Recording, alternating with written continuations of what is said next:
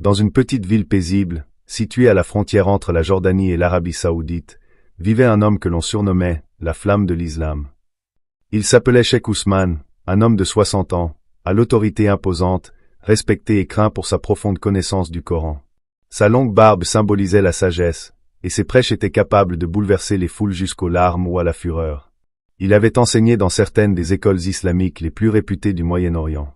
Il avait débattu avec des chrétiens, converti des athées, réduit au silence les sceptiques. Pour beaucoup, il était la preuve vivante que la faveur d'Allah reposait sur les justes. Pendant plus de 40 ans, Cheikh Ousmane avait prêché sur les minbars, de Amman à la Mecque, proclamant les piliers de l'islam, dénonçant les dangers du christianisme, exaltant la soumission à Dieu.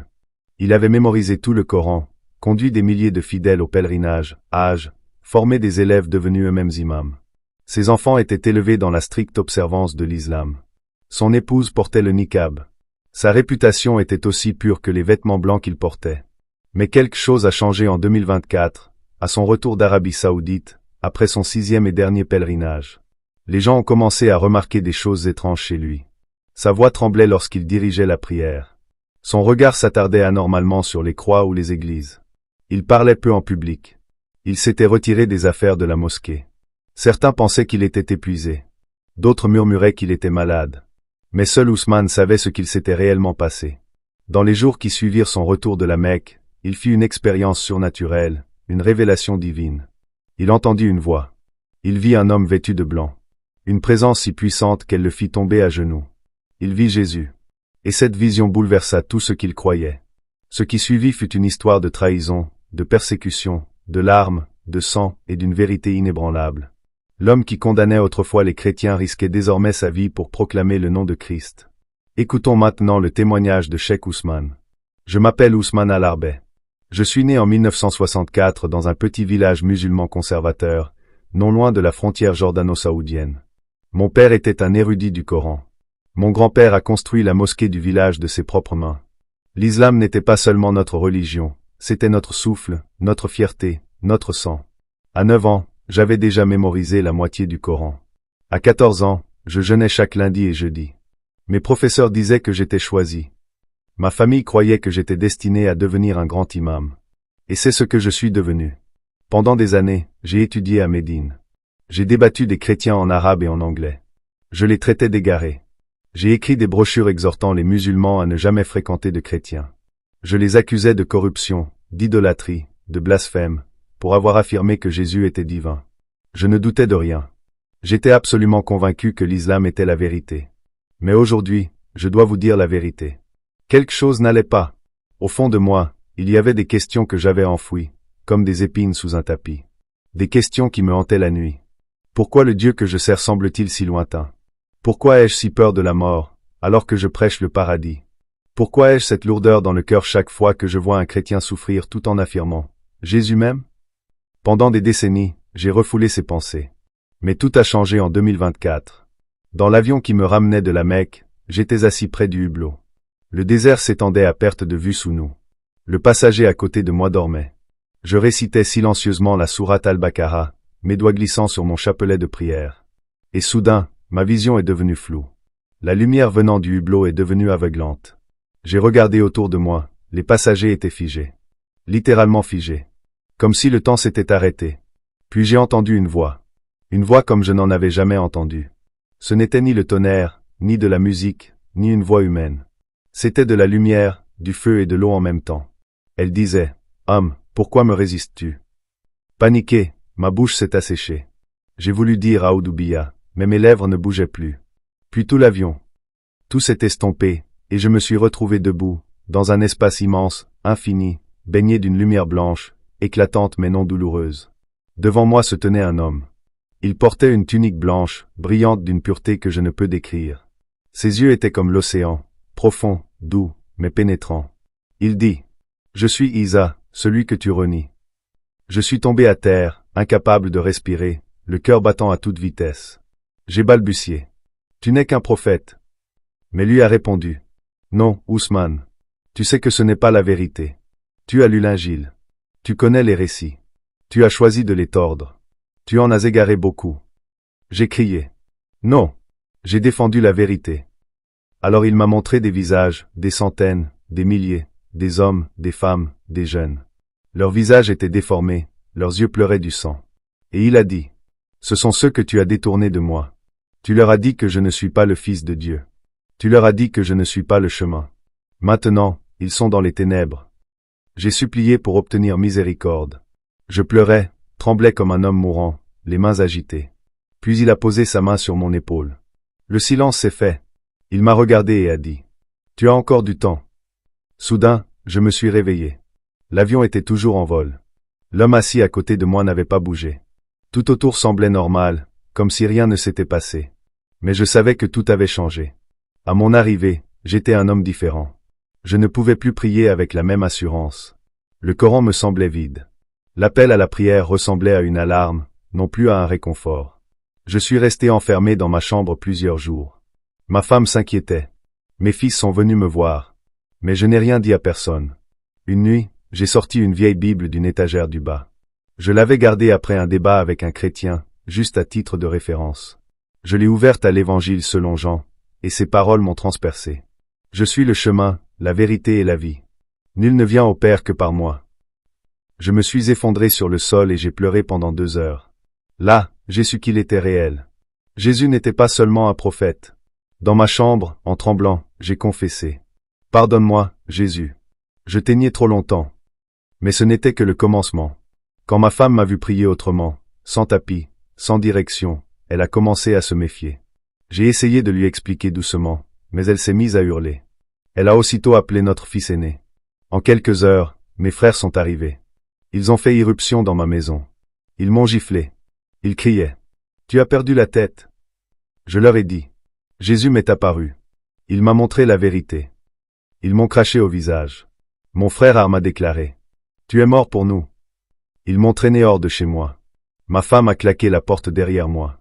Mes propres filles ont détourné le regard. Je n'avais nulle part où aller. J'ai dormi dans ma voiture pendant 3 nuits. Un ami d'université, un vieux chrétien que j'avais publiquement insulté autrefois, m'a accueilli. En me voyant, il a pleuré. Il a pris mes mains et m'a dit, « Jésus ne t'a jamais cessé d'aimer. » Cette nuit-là, j'ai pleuré comme un enfant. Mais le danger ne faisait que commencer.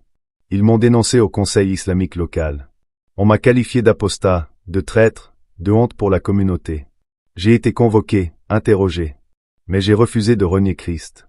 L'imam que j'avais moi-même formé m'a regardé dans les yeux et a dit, « Tu mérites la mort. » Et ils ont commencé à planifier ma fin. Lorsque le conseil islamique m'a convoqué, je savais que cela aurait des conséquences. Mais je ne m'attendais pas à la froideur dans leur regard. Ces hommes, je les avais formés, j'avais prié avec eux, les avais mentorés. Certains m'embrassaient le front en signe de respect. Mais ce jour-là, ils me regardaient comme un chien enragé. Le chef, Mui, m'a demandé, « Est-ce vrai ?» Je les ai regardés. 12 hommes assis en cercle. Certains avaient le Coran ouvert, d'autres un stylo prêt à consigner ma chute. Je me suis levé. Mes jambes tremblaient. Et j'ai dit, « Oui, je crois. Je dis que Jésus est le Fils de Dieu. Il est le chemin. Il n'est pas seulement un prophète.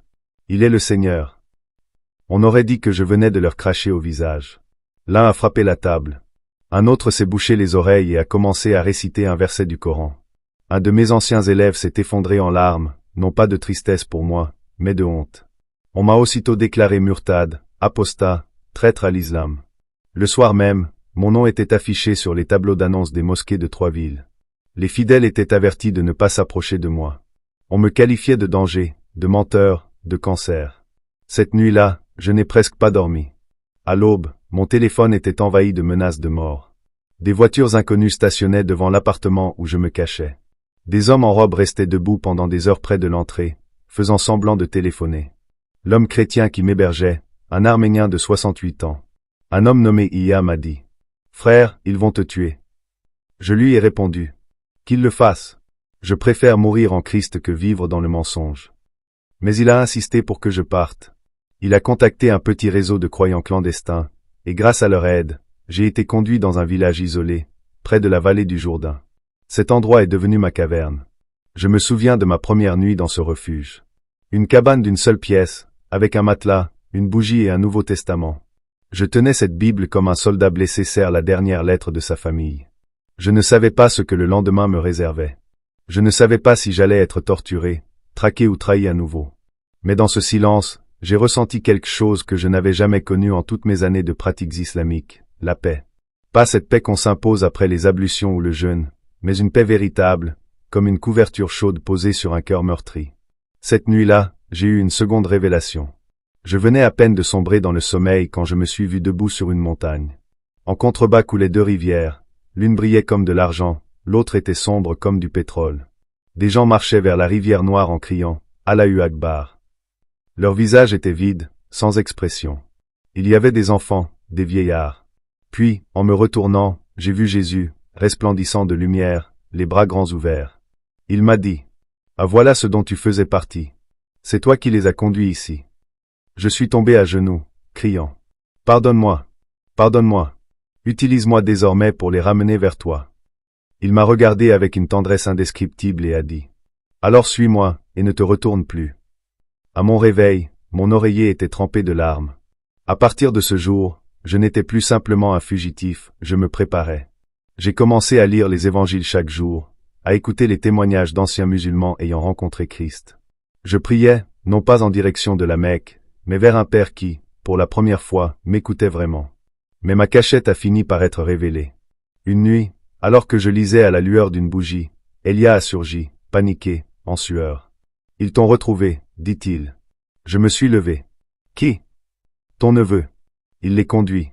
Des hommes armés. Ils disent que tu as insulté l'islam et que tu dois mourir ce soir. » Nous avions 5 minutes pour fuir. En pantoufles, avec uniquement ma Bible en main, j'ai couru par la porte arrière dans le vent glacé du désert. Elia conduisait comme un fou à travers des pistes étroites. On ne parlait pas. Chaque seconde ressemblait au jugement dernier. Chaque phare derrière nous semblait annoncer la mort. Nous avons trouvé refuge chez une autre famille chrétienne, cette fois dans un village près de Petra. Ils m'ont offert un lit de fortune, un peu de pain, de l'eau et leurs prières. Je me souviens avoir murmuré sur ce lit. Est-ce cela, suivre Jésus? Une voix a soufflé dans mon cœur. Ce n'est que le début. Et c'était vrai. Une semaine plus tard, mon fils aîné, Yasser, m'a envoyé une vidéo. On le voyait debout devant une mosquée, tenant ma photo. Il criait. Cet homme n'est plus mon père. Si quelqu'un le voit, qu'il ne le laisse pas en vie. C'est un kafir, mécréant. Je ne pouvais plus respirer. Mon fils, celui que j'avais élevé, à qui j'avais appris à marcher, à lire, à prier. Il venait de lancer une fatwa contre moi. L'homme qui filmait riait et disait « À bientôt, il ne sera plus qu'un souvenir. » J'ai pleuré jusqu'à ce que ma poitrine me brûle. Mais dans cette douleur, je me suis souvenu des paroles de Jésus. Ils vous haïront à cause de moi. Cette nuit-là, j'ai pris une décision, je ne me cacherai plus. J'ai commencé à tendre la main à des musulmans qui doutaient discrètement, prudemment. Je leur posais des questions simples. Trouves-tu vraiment la paix dans l'islam? As-tu déjà senti qu'Allah te parlait personnellement? Que penses-tu de Jésus? Certains ont coupé tout contact. Mais quelques-uns, une infime minorité, m'ont répondu. Un jeune homme, Khalid, un ancien de mes élèves, m'a dit « Cheikh, je vois Jésus en rêve depuis des années. Je croyais que c'était Satan. » Nous avons prié ensemble au téléphone. Il a donné sa vie à Christ. Et là a commencé ma nouvelle mission. Je ne pouvais pas prêcher en public, mais j'ai commencé à planter des graines, même dans les terrains les plus hostiles. Mais cela a eu un prix. L'un des nouveaux croyants que j'avais accompagnés s'est fait arrêter. Ils l'ont torturé. Il leur a donné mes coordonnées. La nuit même, j'ai reçu un message anonyme. Nous savons où tu es. Tu ne vivras pas jusqu'à vendredi prochain. Je n'ai pas fermé l'œil cette nuit-là. Le lendemain, la famille qui m'hébergeait m'a supplié de partir. Le père m'a murmuré. Frère Ousmane, nous t'aimons, mais il surveille notre maison. J'ai des enfants. J'ai compris. Je l'ai embrassé sur le front et je lui ai dit. Merci d'avoir été la seule vraie famille que j'ai connue depuis ma rencontre avec Christ. On m'a déplacé dans une autre ville. Mais cette fois, je ne pouvais pas me défaire d'un pressentiment. Je vivais constamment avec l'impression que je n'allais pas sortir vivant de cette épreuve. Chaque fois que je fermais les yeux, je revoyais Yasser, mon propre fils, appelé à ma mort. Mais chaque fois que j'ouvrais la Bible, mon cœur retrouvait l'espérance. Les évangiles étaient devenus mon oxygène. En lisant le récit de Paul, traqué, battu, lapidé, je me disais. Moi aussi, maintenant, je marche sur ce même chemin. Mais rien ne m'avait préparé à ce qui allait arriver ensuite. 3 jours après mon installation dans la nouvelle cachette, un jeune homme d'Aix en grave peine 20 ans s'est présenté à ma porte. Son visage m'était familier. Il s'appelait Balal et m'a dit qu'il m'avait écouté prêcher durant le Ramadan. Il murmura. J'ai entendu dire que vous aviez quitté l'islam. J'ai hoché la tête. Il a baissé les yeux. Est-ce qu'on peut parler? J'ai hésité, mais j'ai senti l'Esprit Saint m'y pousser. Nous nous sommes assis sous un arbre, dans la cour. Je lui ai tout raconté, mes visions, ma rencontre avec Jésus, le prix que cela m'avait coûté. Il a peu parlé, il m'a surtout écouté. Puis, il est parti. 2 nuits plus tard, j'ai été attaqué. Je lisais au lit quand j'ai entendu un bruit de verre brisé dehors. J'ai écarté légèrement le rideau, des ombres bougeaient. Une pierre a brisé la fenêtre. Je me suis baissé juste avant qu'une autre n'arrive. J'ai entendu des cris en arabe. Allahu Akbar. Sors, lâche. Viens recevoir ton jugement. Ils étaient 5. Ils avaient de longues lames. L'un d'eux a versé de l'essence autour de la cabane. Alors j'ai prié. Seigneur, je suis à toi. Si je dois mourir ce soir, que mon sang féconde la terre du réveil. J'ai saisi ma Bible et j'ai ouvert lentement la porte. Je suis sorti sous la lumière de la lune. Ils m'ont encerclé. Mon cœur battait à tout rompre. L'un d'eux a levé son couteau et s'est rué vers moi. Mais au moment d'abattre son arme, il s'est arrêté net. Il était figé. Sa main tremblait violemment. Ses yeux s'agrandirent, comme s'il avait vu un fantôme. Il est tombé à genoux en hurlant. Ne me tue pas! Ne me tue pas! Pardonne-moi! Les autres, pris de panique, regardèrent autour d'eux. L'un lâcha son arme et s'enfuit. 2 autres tombèrent à genoux. Qu'ont-ils vu? Je l'ignore. Mais je l'ai senti, une présence divine. C'était comme si un mur de feu se dressait entre eux et moi. L'un des agresseurs a fini par avouer. Quand j'ai essayé de te frapper, j'ai vu un homme en blanc debout derrière toi. Ses yeux étaient comme des flammes. Je ne pouvais ni bouger, ni respirer. Je crois de tout mon cœur que c'était Jésus. Cette nuit-là, mes ennemis ont fui. Et j'ai compris que je n'étais pas encore destiné à mourir. Le lendemain, les croyants locaux m'ont fait traverser la frontière. C'était risqué, mais le Seigneur a ouvert un chemin. J'ai voyagé avec de faux papiers, caché à l'arrière d'un camion de livraison pendant près de 12 heures. Allongé entre des cajots d'oignons, ma Bible contre moi, je murmurais des psaumes. Quand j'ai enfin atteint un territoire sûr, mes jambes ont cédé. J'ai pleuré. Non plus par peur, mais parce que Dieu m'avait sauvé une fois de plus, comme il l'avait promis.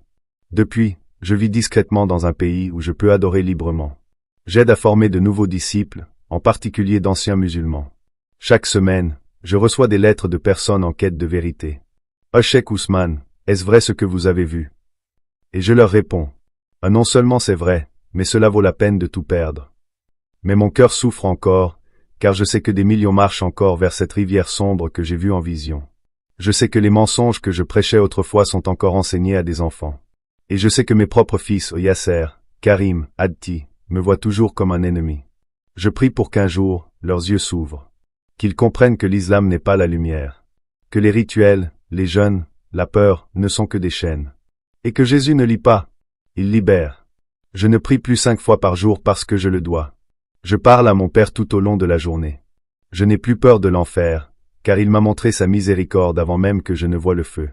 Laisse-moi te dire une dernière chose avant de terminer. Il y a quelques mois, j'ai fait un autre rêve. Je me tenais seul devant une immense mosquée. Je suis monté sur les marches et j'ai crié. Jésus est le Fils de Dieu. L'islam ne peut pas vous sauver. Une foule immense s'est rassemblée. Certains ramassaient des pierres. Mais quelques-uns, juste quelques-uns, se sont mis à plairer. Alors le Seigneur m'a soufflé. Bientôt, je t'appellerai à le faire réellement. C'est pour cela que je partage mon histoire. Pas pour condamner, mais pour dire la vérité. L'islam n'est pas le chemin. Mahomet ne peut pas te sauver. Jésus n'est pas seulement un prophète. Il est le Fils du Dieu vivant. Il est mort, il est ressuscité, et il reviendra. À ceux qui m'écoutent, tu n'as pas à vivre dans la peur. Tu n'as pas à mériter ta place au paradis. Le prix a déjà été payé. J'étais un cheikh. On me respectait, on me craignait, on me suivait. Mais j'étais aveugle. Maintenant, je vois. Et s'il a pu me sauver, il peut te sauver aussi. Viens à Jésus avant qu'il ne soit trop tard. Ceci est mon témoignage. Ceci est ma vérité. Je m'appelle Cheikh Ousmane. Autrefois, j'ai conduit beaucoup dans les ténèbres. Aujourd'hui, je les conduis vers la lumière. Merci de m'avoir écouté. Que le Seigneur Jésus ouvre votre cœur, comme il a ouvert le mien. Amen.